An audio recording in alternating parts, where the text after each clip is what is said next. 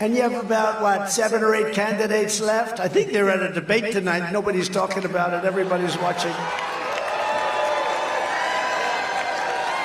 So it's 61% for your favorite president, me, and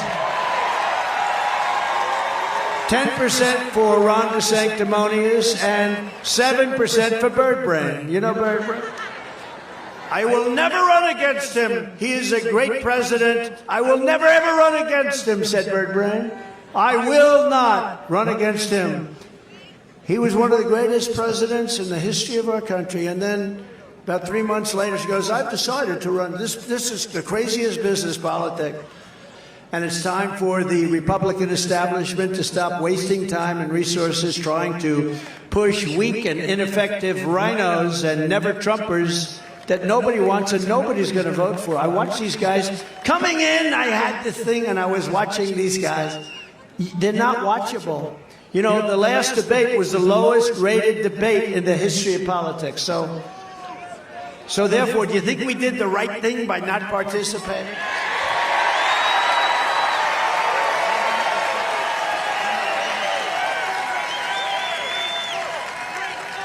Somebody said, one of the dumber ones, he doesn't have the courage to stand up. Well, listen, I'm standing in front of tens of thousands of people right now, and it's on television.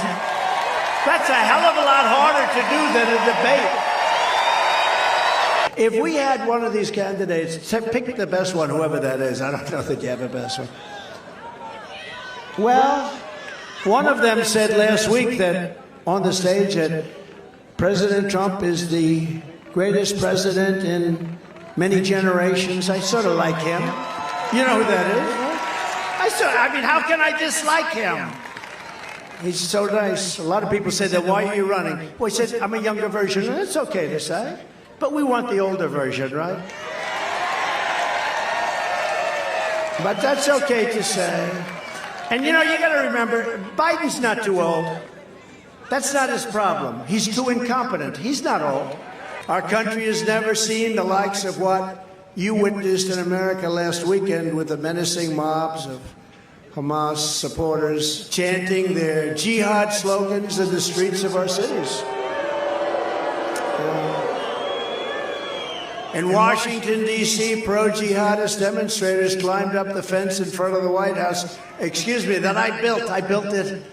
You know, the fence wasn't too good. The one that they had up there was falling apart, and we built it. Titanium, it's the strongest stuff, and they damaged the fence, and they damaged police vehicles. They desecrated statues of Ben Franklin and other great heroes of our country, and they shouted Allah Akbar while calling the barbaric Hamas terrorists martyrs. They were saying martyrs. In times like these, you can't afford to have a president who wants to be politically correct. We have to do things properly. We cannot have an administration that takes foreign policy advice from Ilhan Omar or Rashida Tlaib. Can't do that. Can't do that. If you hate America, if you want to abolish Israel, if you sympathize with jihadists, then we don't want you in our country, and we are not going to let you come into our country.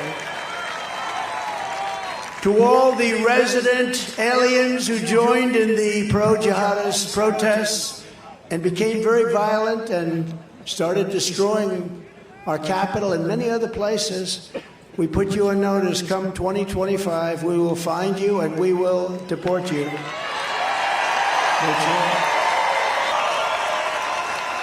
Every time the radical left Democrats, Marxists, communists, and fascists indict me, they indicted me. Can you believe?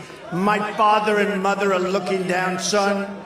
How did that happen? We're so proud of you, son. How did that happen? That wasn't a word that was in, but this is a political indictment. This is a Biden indictment. Even that stupid trial going on in New York, which has been totally discredited, everybody's been discredited. That's all comes out of the White House. That's to discourage people from voting. That's to hurt us. The only difference is we have a big voice. We're a very big voice. This is the greatest movement in the history of politics. And we have a great voice, and we're not going to let them get away with it.